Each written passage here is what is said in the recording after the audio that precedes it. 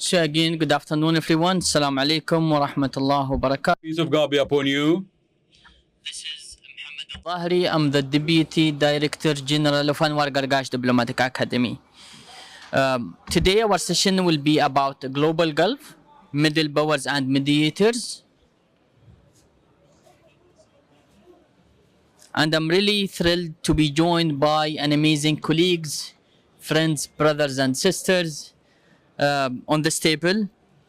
Starting with, on my right hand, His Excellency Ambassador Abdulaziz Al-Horr, Director of Diplomatic Institute, the Ministry of Foreign Affairs in Qatar. Welcome, Your Excellency. Dr. Abdulaziz Sagar, Founder and Chairman of the Gulf Research Center in Saudi Arabia.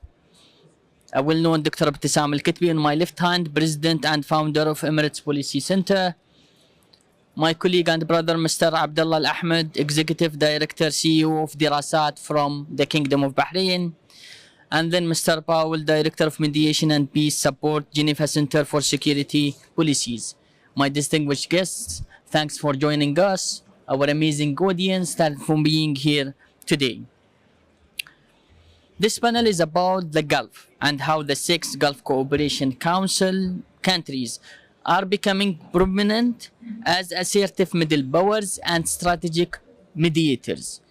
Currently, the GCC countries are playing a major role within the region but also internationally when it comes to supporting peace, security, but also prosperity. Once primarily viewed through the lens of hydrocarbon wealth, between brackets oil, Gulf countries are now increasingly reshaping the discourse on economic diversification, technological advancements, as we heard from the sessions before us, regional conflict resolutions, and global diplomacy, which means our GCC countries are playing a bigger and influential role internationally. From facilitating negotiations in war zones like Yemen, Sudan, the Palestinian and Israeli conflict, to forging bold diplomatic openings between geopolitical rivalries, including the Russia and Ukraine war. Gulf countries are actively redefining their influence beyond the region and beyond traditional alliances. Our discussion today will assess how their strategies and soft power tools are leveraged to mediate global tensions and secure national interest while also having an international competition, a fast-changing world.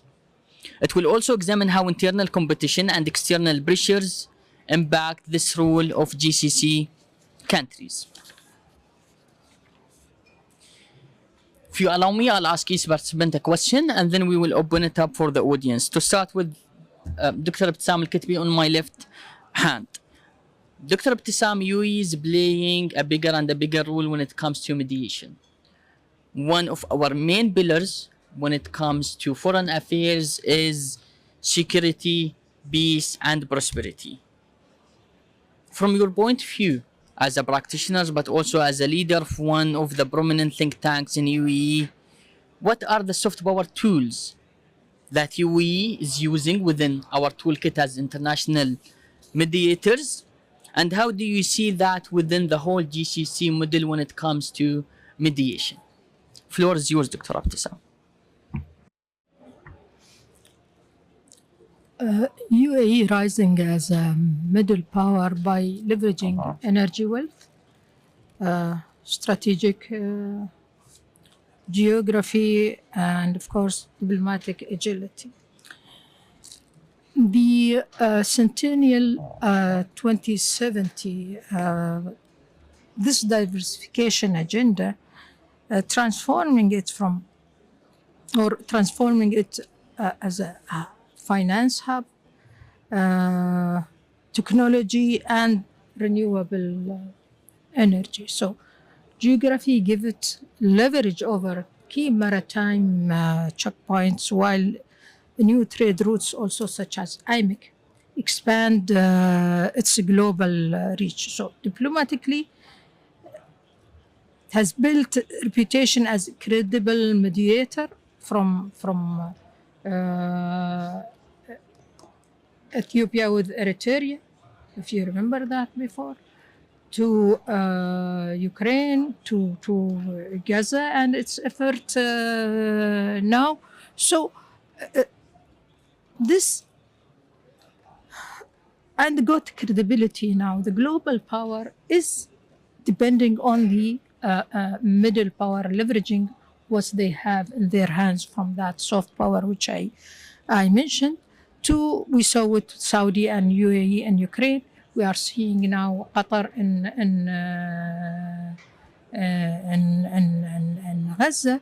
So, and UAE also part of its soft power Abrahamic Accord, which helped getting aids to Gaza. One of the main things, if I would say, for the Abrahamic Accord, that you cannot get that aids without having signed agreement with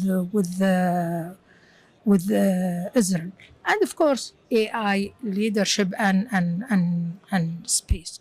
You can call it that is different aspects of diplomacy. Now, diplomacy, it's not about only the classic one which you have. You can have AI with it. You have economy. You have other aspects. But something I want to mention here, which is the difference between these middle powers, mainly Gulfists, and the other power, that the framework, it's new. It's not that rigid framework which they are bringing the same what they are using either in UN or wherever, ready-made, and put it to solve the crisis. It did not solve the crisis of Yemen. It did not solve the crisis of Sudan, or even in Libya or wherever. These middle powers, with their mediation, could make many things the global power couldn't do it, either if we talk about Europe or the American or even the Russian.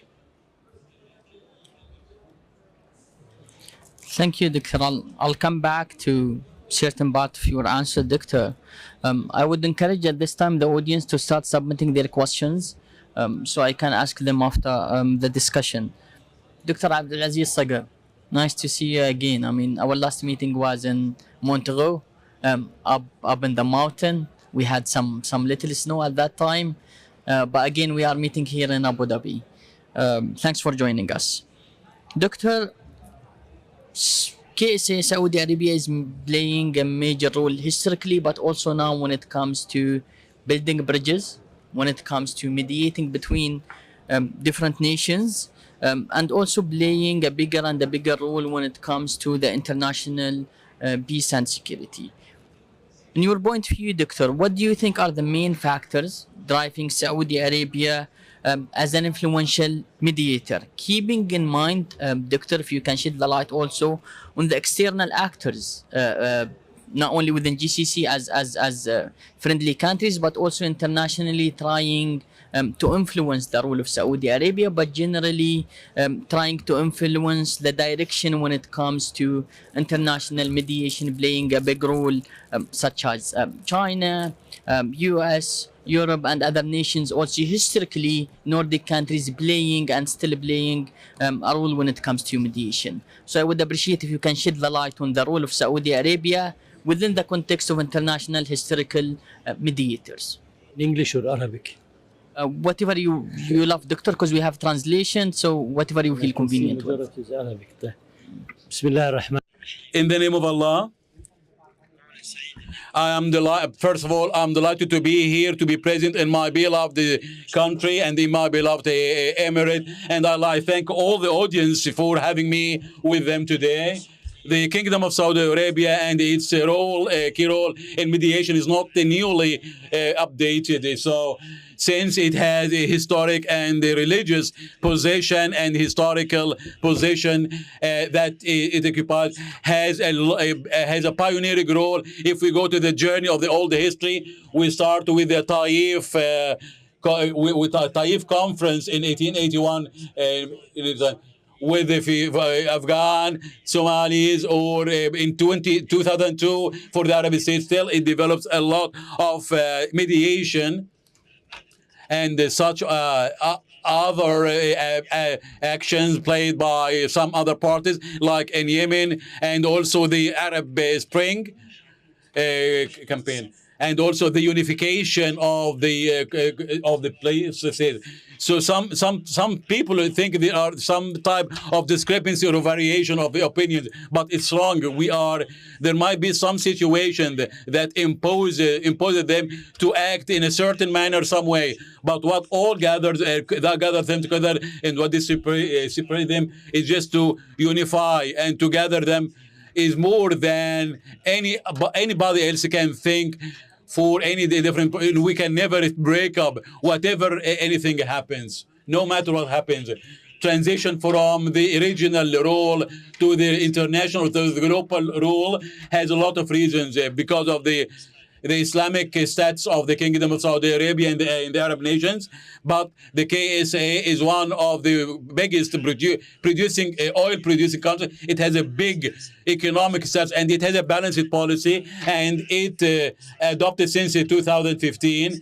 Since King Salman has taken over the power, has adopted the balance between balanced impartiality, and it was clear in the position of the Saudi Arabia position for the Ukraine-Russian crisis.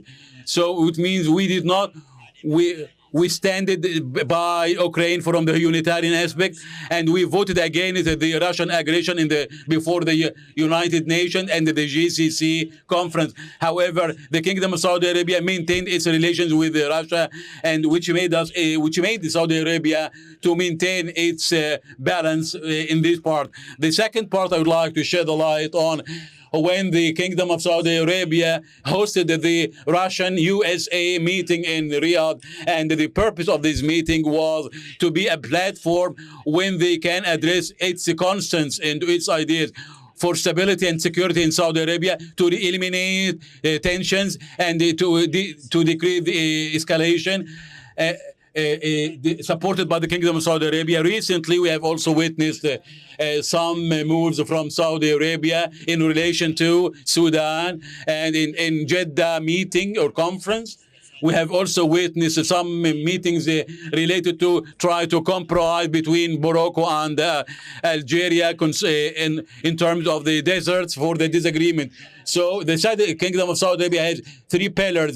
The first one is the Gulf, and Saudi Arabia is concerned a lot about the unification of the Gulf House to be consistent and flawless. And also there is also no matter how variation of this difference of the second pillar is the Arab framework.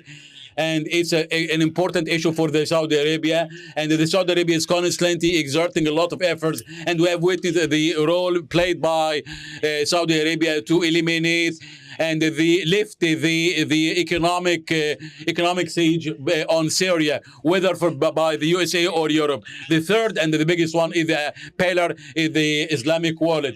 If we see the crisis that arose between Pakistan and India, we have witnessed Saudi Arabia having a balanced situation. And also the fourth one, the international pillar or dimension. And there is always a compromise or a Gulf compromise, and we have the Saudi Arabia are always appreciating all the efforts by Qatar and the UAE, whether the solution in terms of the Eritrean and Ethiopian conflict, and as well as the Saudi Arabia also appreciates and commends all the Kuwaiti for the Yemeni dialogue, which lasted for 3 months in Kuwait. So there is a harmony between the concepts, and it's a constant framework, even if we would like to market for all this one. In my own belief, there is an integration of all efforts. So more than 4,500 refugees have been released. And Qatar also in return has exerted a lot of efforts in the Palestinian crisis, and also for Ukraine children issues. All such roles are complementary to each other. And the goal of our goal beyond these is the 10th alliance or bloc of the economic power. This Gulf bloc does not have any gains or any greeds because they always aspire security and stability for the GCC and the concept of threat by Iran.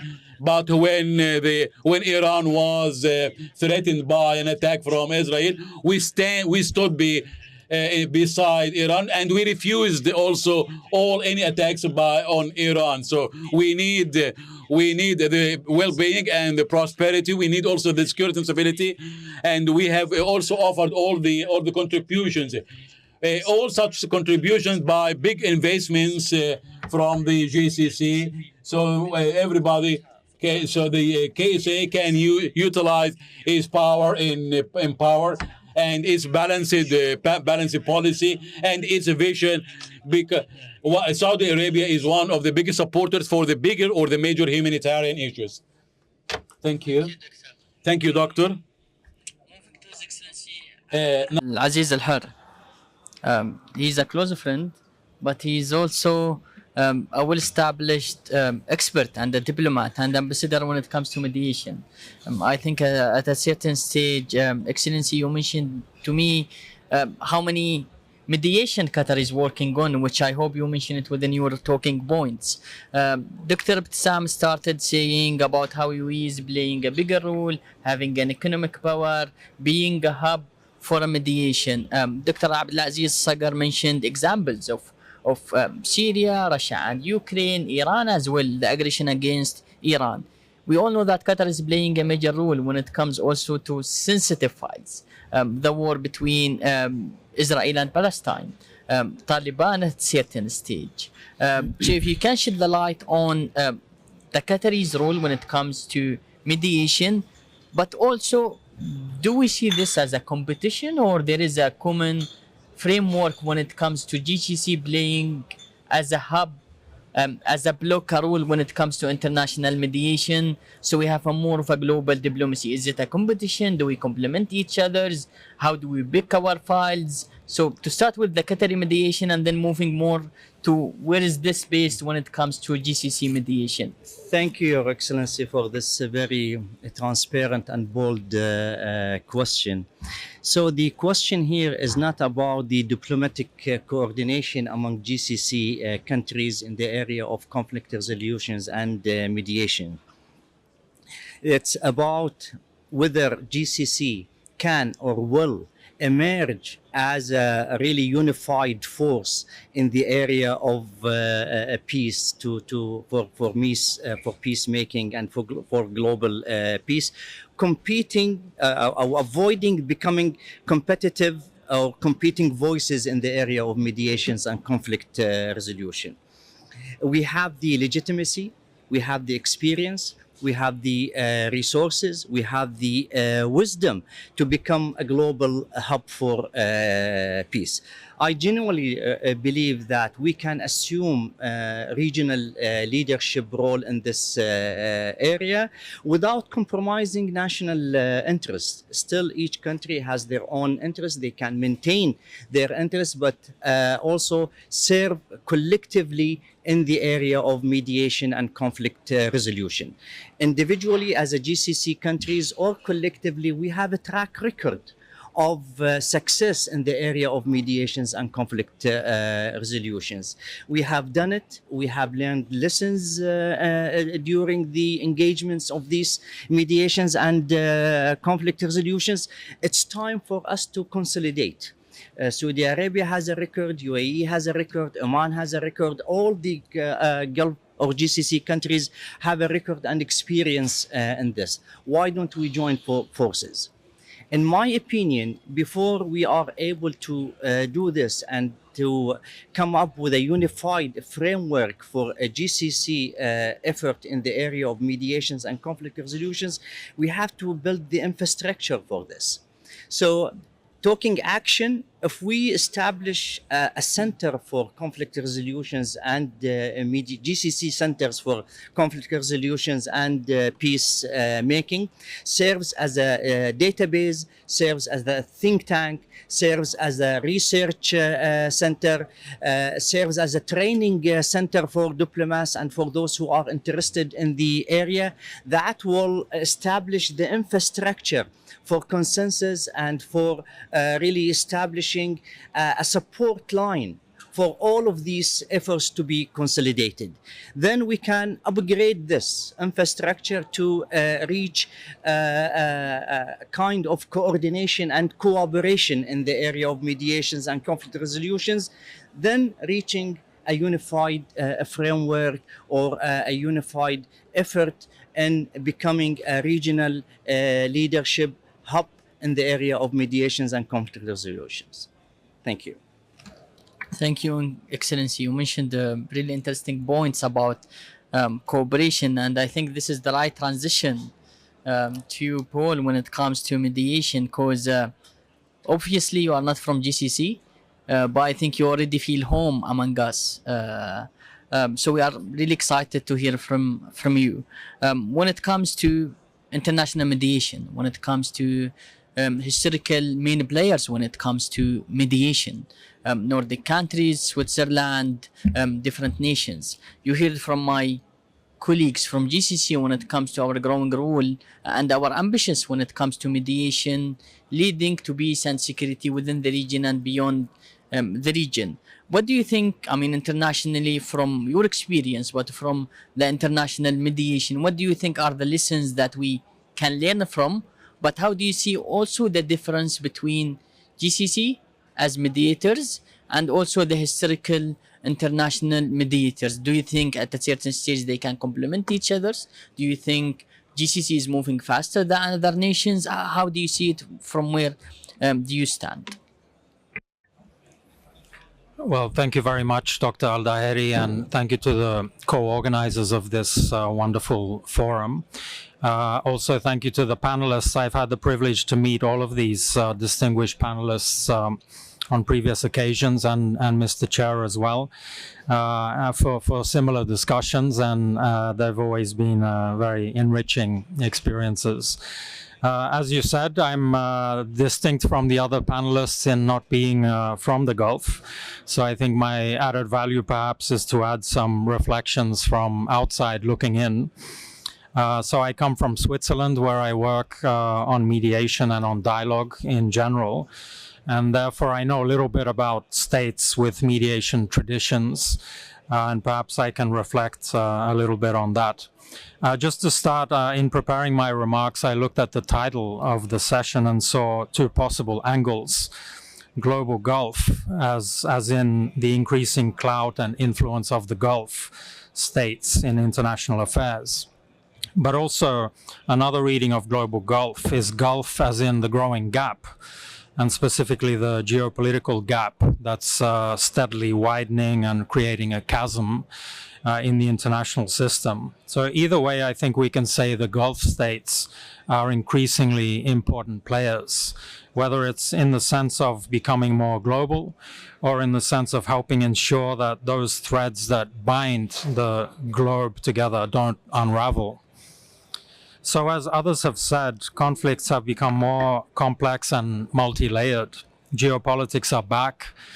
Recent years have seen an increase in intrastate conflict, and the multilateral system is less integral to many peacemaking efforts than it was a decade or two ago.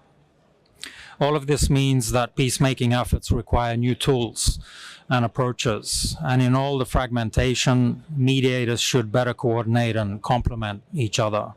And here I think agility and creativity are the key words. The West is going through something of a crisis of legitimacy, which presents challenges for mediating states such as Switzerland. And meanwhile, the Gulf is gaining more attention. It's seen from outside as a region of impressive, if not staggering, growth, increasing influence in global affairs, a center of innovation, which also extends to creative diplomacy, a role as an economic connector, growing soft power, and generally a projection of influence well beyond the immediate neighborhood and the region. As all this happens, in some ways, the center of gravity of international mediation seems to be moving towards the Middle East, and especially the Gulf. Many of the Gulf states have been very active in mediating conflicts as bridge builders in recent years, and well before that as well, as others mentioned. Coming at a time when the international system, and particularly the UN, is becoming less prominent in peace processes, we see instead more and more individual states involved in mediation, which I think is a good thing. Each one brings its specific strengths, but there's also a case to be made for partnership, coordination, and burden sharing. As per the opening session, there's much to be said for connectivity and strength in numbers. Some risks that I see in the proliferation of mediation actors is the duplication of effort, forum shopping by the conflict parties, and even competition sometimes between mediating states. So therefore, to maximize the chances of peaceful outcomes, it's important to identify synergies and to build on them. Different states obviously have different styles when it comes to mediation. For example, Europeans are sometimes considered to be more institutionalized and process-focused, whereas some of the efforts of Gulf mediators have been said to be personality-based, revolving around good, friendly relations between national leaders. So there can be complementarities, I think, between different styles and different approaches. As well as this, there are also various elements of mediation processes where different actors can play complementary roles. Indeed, the term mediation is sometimes conflated with various things that aren't quite mediation, such as good officers, hosting, facilitation, shuttling. These are differentiated tasks that can contribute to a collective effort if the right division of labor can be found.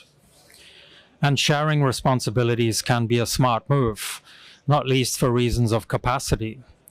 You know, a mediation process can be long and arduous and frustrating, and partnerships can help with greater capacity, injecting new ideas, and bringing finances. And relatedly, by partnering together, states can hedge the risks involved in mediation.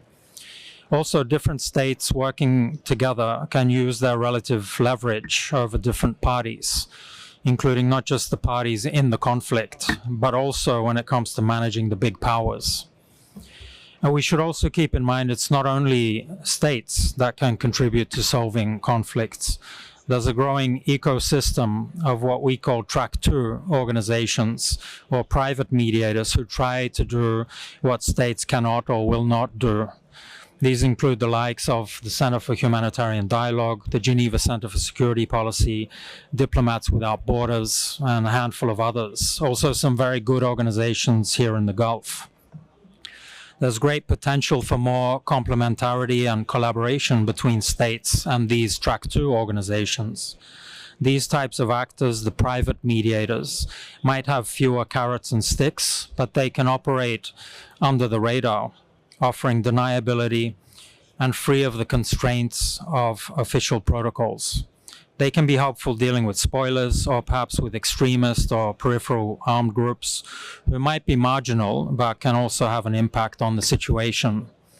They can also provide mediation support, including conflict analysis, stakeholder mapping, or other background research, conduct quiet consultations with relevant constituencies who may not be at the negotiating table, advise on the technicalities of sequencing and structure, provide deniable channels, formulate proposals, or also collect and collate records of the talks.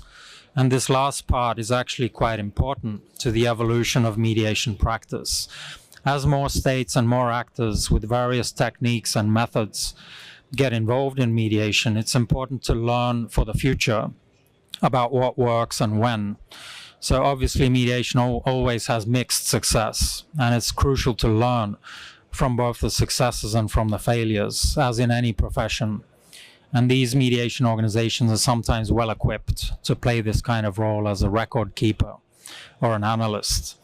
there's also a role for others beyond these private diplomats. We should think about business as an important constituency which has connections, credibility, knowledge, influence, and also others, experts, the expert community, think tanks, and of course civil society as an important connector between the peace talks and those who are directly affected by the conflict, the communities, the constituencies, etc.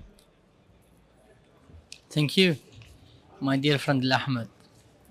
Coming to you with a question that might also complement the answer of Mr. Paul when it comes to think tankers, when it comes to businesses, when it comes especially to research centers supporting the decision-making process when it comes to mediation. How do you see that role of think tanks, research institutions, academic institutions supporting the GCC leadership arms when it comes to mediation? And do you think the GCC efforts are here to sustain, or it's a trend that will end at a certain time? Floor is yours. First of all, Bismillah ar-Rahman ar-Rahim. Assalamu alaikum wa rahmatullahi wa barakatuh. I would like to extend my gratitude and thanks for the Emirates Center for the Strategic Studies and Research and for the Anwar Gargash Diplomatic Academy for hosting me in this important forum and to speak in this important session. And before I answer your question, Dr. Muhammad, I'd like to re-emphasize what was said in the session and during the panels earlier in the morning. The GCC has always been a strategic connector for diplomacy between the East and the West. Therefore, mediation is not new to the GCC, and the GCC is not new for mediation. It accumulated through experience and reputation for neutrality. And to again re-emphasize on the examples that were mentioned earlier today, Saudi Arabia in the 1980s mediated between conflicting countries in Lebanon, ending a 15 years war in Lebanon that reached the Al-Taif Agreement. The UAE mediated between Russia and Ukraine, which resulted in the release of 4,000 prisoners from both countries since the beginning of the war. Qatar continues effort to reach a ceasefire in Gaza. All of these are living examples to show that we are not new to this concept in the region. And to answer your question, I think the Gulf model successfully blends a track 1 and a track 2 diplomacy through hosting annual forums and conferences.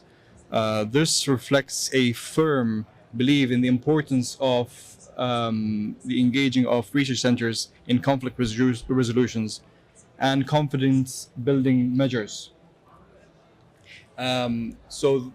This phenomena is not new to us in the Gulf. And to shed light on some examples of this, I would like to stress the point that in Bahrain we've been hosting the Manama Dialogue for over 20 years now. The Gulf Research Center from my mentor, Dr. Abdulaziz, has been hosting the Gulf Research Meeting in Cambridge for over 17 years now.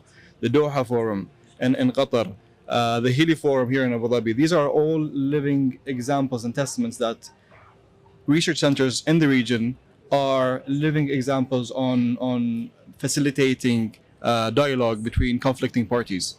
So during conflicts, some of the states in the region or in the world like to use track 2 before they engage in official discussions, as we all know. This gives the research centers and think tanks in the region more responsibility to react to what's going on in the region and the wider region, and to be up to date in terms of having the right knowledge to advise our decision makers in the region. Higher authorities in our region give serious attention to the advice that comes out from the research centers in the region, because they look at it as experts' point of view. And to summarize my main point, I don't want to take much of the time. I think we are trying to reach a formula or an equation where multi-track diplomacy, track 1 and track 2, results in a successful model of mediation.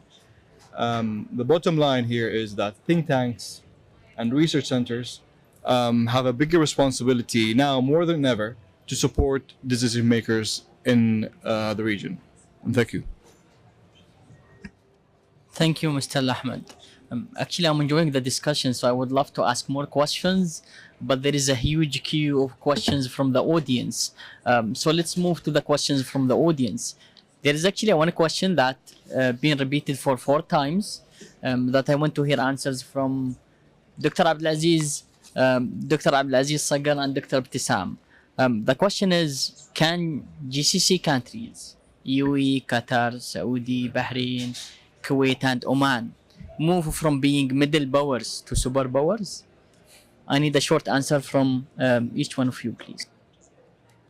I don't think you need to move from your status to another status to practice something that doesn't need you to be superpower or middle power. Peacemaking, mediation does not require you to be a superpower to be able to do it. As all my colleagues have really stated, we have a track record now of successes and doing the mediations, conflict resolutions, peace making without being the superpower.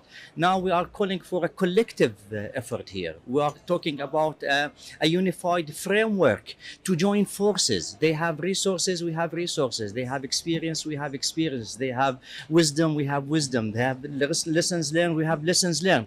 This is what we need to put on the table to be able to do the job. I mean, in my opinion, you know, mediation is not a hit and run exercise. Mediations, conflict resolutions, and peacemaking is a developmental marathonic engagements. Sometimes it's very easy to reach an agreement. What is more challenging is to implement what has been agreed on. Therefore, in our experience in Qatar, we like the developmental engagements that we are before, within, and after the engagements. We are there with all the partners, making sure that there are milestones of implementations of what has been agreed on. So again, you don't need to be superpower to be able to do this job. Thank you. Dr. Abdulaziz? I will second what Ambassador have said.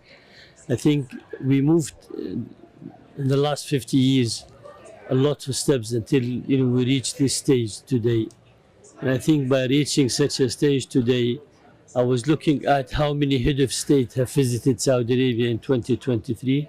116, 116 head of state visited Saudi Arabia during the 2023. And that shows that, and in a lot of those, for instance, when we had the US president, we had the GCC and US. When we had the Latin America, we had the Latin America and the Gulf. When we had the Caribbean also, we had the Sub-Sahara. So again, every one of the Gulf countries act collectively with each other. So that was an interesting thing to look at it. But normally the word of superpower very much related to military and security capability. Today, for instance, you say only superpower is the US, but the big power is China, Russia, and so. So there's again layers, and I don't think we are at a stage where we can reach that, because that's not our objective. Our objective is to be able to defend our countries, is to provide national security for us, but at the same time having a stable region by using our political and economic and social leverage to those conflict area where we have. I mean, today we have 7 almost countries in the region that have a problem: Libya, Sudan, Red Sea security, Horn of Africa, Yemen, Iraq, Syria, Palestine. So plenty of conflict we have, and if we put our act together, and the only honestly stable region that you can think of now is the Gulf. And if we put our effort together in trying to stabilize the other part in the Gulf, where we are very much concerned with, that definitely will give us a better, stable region to live in. Dr. Ebtesam? Well, It's not about your size as a global, but I think this is scientifically, they have been identified as a middle power.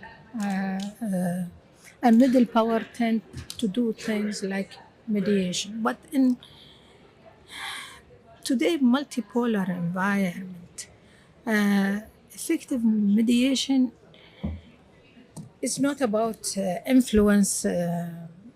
It's about influence and trust than perfect neutrality. And this where is the Gulf states curved their niche. And this is the only things that if they can overcome their rivals in some areas and they can form that block, whereas it's completing each other rather than competing each other. Whereas this is can make for the Gulf more powerful, okay, as coming a GCC unit playing that roles. If we reach that diversification of their economies, and they will reach that global level.